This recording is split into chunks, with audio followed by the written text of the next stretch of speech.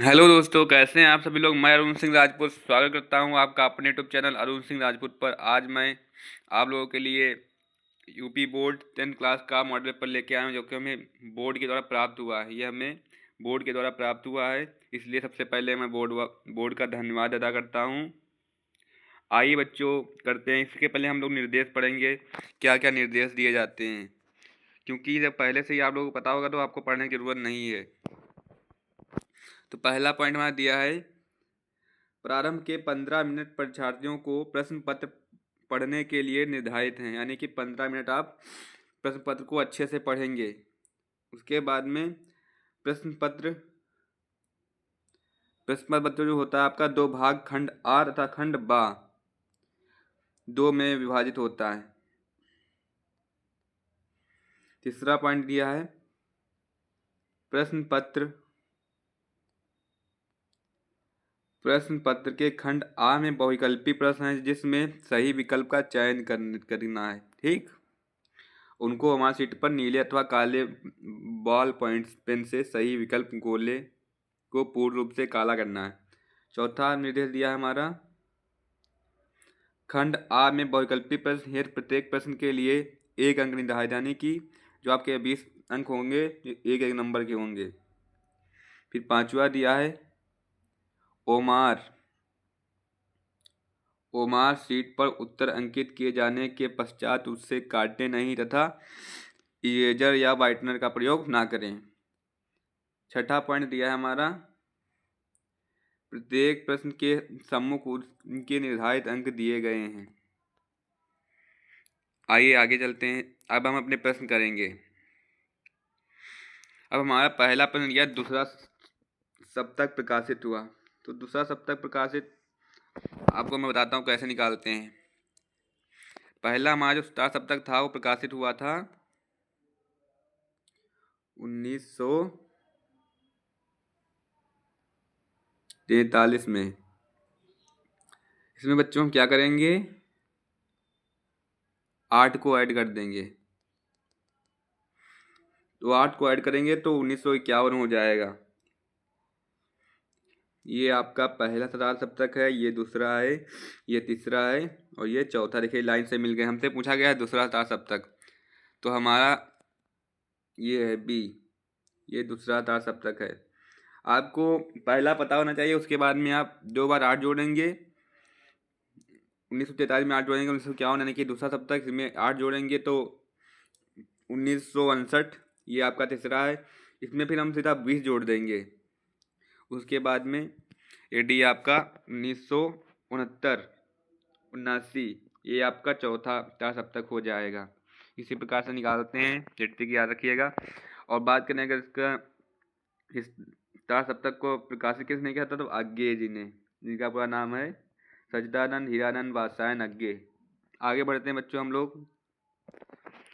हमसे पूछा गया सुमित्रानंद पंत की रचना है उर्वशी, ये रामधारी सिंह दिनकर जी की रचना है। पल्लव, ये आपकी सुमित्रानंद पंत जी की रचना है। साकेत, ये मैथिली शरण गुप्त जी की रचना है। कामायनी महाकाव्य है जयशंकर प्रसाद जी का। तो हमसे पूछा गया सुमित्रानंद पंत की रचना, तो ये आपका पल्लव सही हो जाएगा। आगे बढ़ते हैं बच्चों हम लोग।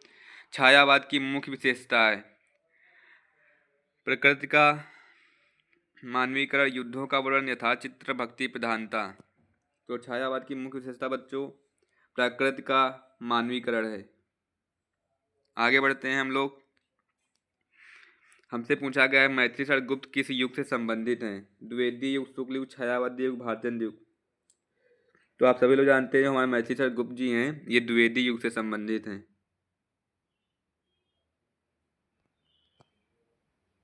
द्विवेदी युग। आगे बढ़ते हैं। पूछा केशव को कठिन काव्य का प्रेत किसने कहा है, रामचंद्र शुक्ल ने, ग्रियर्सन ने, हजारी प्रसाद द्विवेदी ने, मिश्र बंधुओं ने। तो केशव को कठिन काव्य का प्रेत रामचंद्र शुक्ल जी ने कहा है, आचार्य रामचंद्र शुक्ल जी। आगे बढ़ते हैं बच्चों हम लोग। अजातशत्रु के नाटककार है। ये आप देखिए, यहाँ से आपके 2 प्रश्न बनने हैं। अगर यहाँ पे विधा पूछ लिया जाए तो ये क्या है, नाटक है। अजातशत्रु जो है नाटक है। पूछा अजातशत्रु नाटक के नाटककार हैं जयशंकर प्रसाद, महादेवी वर्मा, राम कुमार वर्मा, सुमित्रानंद पंत। तो अजातशत्रु के नाटककार आप सभी लोग जानते हैं जयशंकर प्रसाद जी हैं।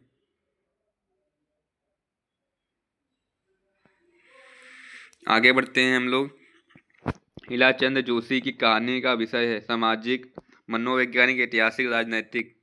तो ईलाचंद जोशी की कहानियों का विषय है मनोवैज्ञानिक। आगे बढ़ते हैं हम लोग बच्चों। प्रश्न नंबर 8। सन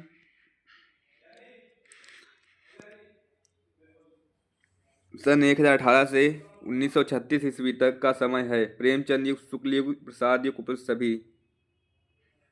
तो प्रेमचंद युग, शुक्ल युग, प्रसाद युग, ये सभी, यानी कि डी आपका सही हो जाएगा।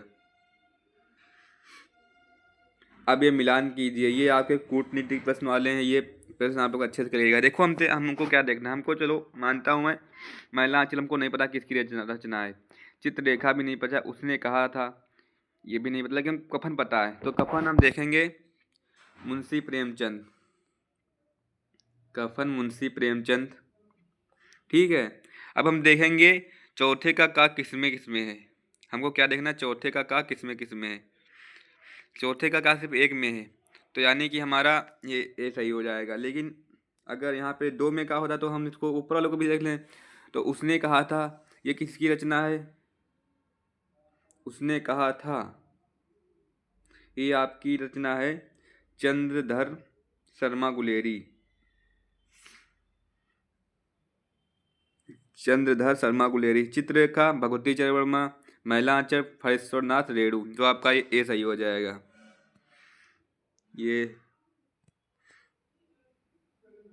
प्रेमचंद जी की, उसने कहा था चंद्रधर शर्मा गुलेरी, चित्ररेखा भगवती चरण वर्मा, महिलांचल फणेश्वरनाथ रेणु। तो कौन सा हमारा मैच कर रहा, हमारा ये ए वाला मैच कर रहा। आगे बढ़ते हैं बच्चों, इनको आप लोग अच्छे से देख लीजिएगा, ये कोई टफ नहीं है, ये बोर्ड ने एक अच्छी सुविधा दी है। इसी प्रकार हमसे पूछा गया निम्नलिखित में से उपन्यास है। सेवा सदन, ये आप सब लोग जानते हैं मुंशी प्रेमचंद जी का है। विराट की पद्मिनी, ये भी हमारा, ये हमारी सेवा सदन, ये मुंशी प्रेमचंद जी का है। और विराट की पद्मिनी ये भी हमारा उपन्यास है। कफन ये कहानी है। चित्ररेखा ये भी उपन्यास है। तो हम ढूंढेंगे ये तीनों किसमें, ये पहला और दूसरा, चौथा तीसरा छोड़ दिया, तीसरा एक कफन है मुंशी प्रेमचंद जी का, वो कहानी है ये कफन। तो हमारा सी सही है, ये देखिए आपको सी दिया है, ये तो हम पहले ही काट देंगे। आगे बढ़ते हैं बच्चों। अब हमसे पूछा गया, अब हम व्याकरण के प्रश्न आते हैं। हम अब इसमें व्याकरण आ रही है, उसके बाद में संस्कृत आएगी। हमसे पूछा गया करुण रस का स्थायी भाव है रति, हास, शोक, निर्वेद।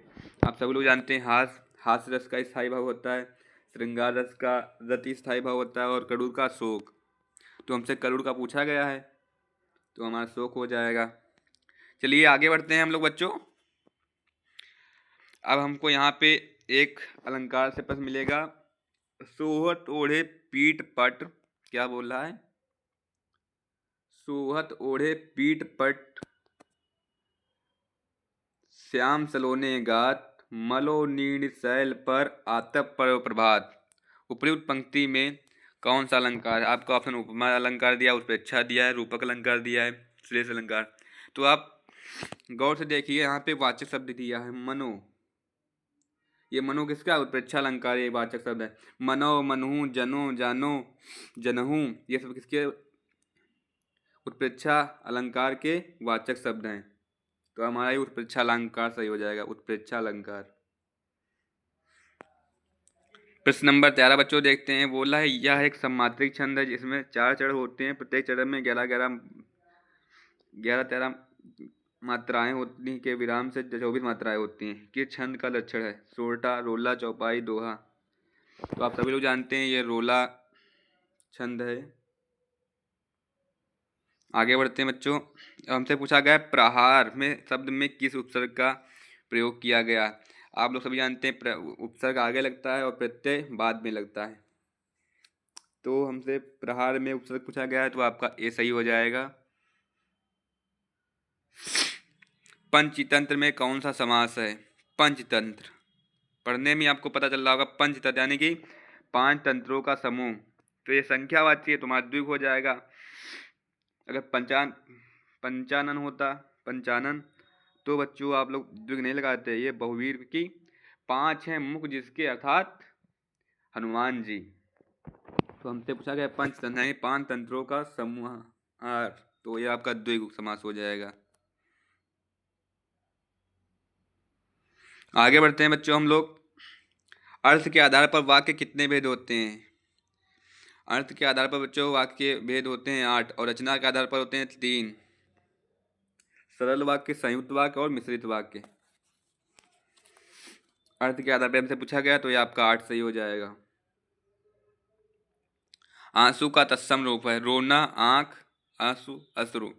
तो आंसू संस्कृत शब्द है और अश्रु जो है ये तद्भव, यानी कि हमसे पूछा है आंसू का तत्सम शब्द है, तो आंसू में तद्भव है, तो हमारा अश्रु जो है वो तत्सम है। आप लोग जल्दी नहीं कीजिएगा, नहीं तो ऐसे ही प्रश्न गलती हो जाती है, गलत हो जाते हैं। अब हमसे पूछा गया कर्मवाच्य में प्रधानता होती है कर्ता की, भाव की प्रधानता, कर्म की प्रधानता, इनमें से कोई नहीं। तो कृतवाच्य में कर्ता की प्रधानता होती है, भाववाच्य में भाव की प्रधानता होती है और कर्मवाच्य में कर्म की प्रधानता होती है। तो हमसे पूछा गया कर्मवाच्य में प्रधानता होती है, तो आपका ये सही हो जाएगा। अब हमसे पूछा गया है प्रश्न नंबर 19, तव्य शब्द में वचन और विभक्ति है। ए दिया है षष्ठी विभक्ति एकवचन, बी दिया सप्तमी विभक्ति द्विवचन, सी दिया है षष्ठी विभक्ति बहुवचन, चतुर्थी विभक्ति बहुवचन। तो आपका डी सही हो जाएगा। आप लोग जो व्याकरणिक संस्कृत दी है उसको भी अच्छे से पढ़ लीजिएगा, उसमें से भी एक प्रश्न आता है। आइए बच्चों आगे बढ़ते हैं हम लोग। तो आइए हम लोग देखते हैं बच्चों, इसमें आपका ये डी सही हो जाएगा।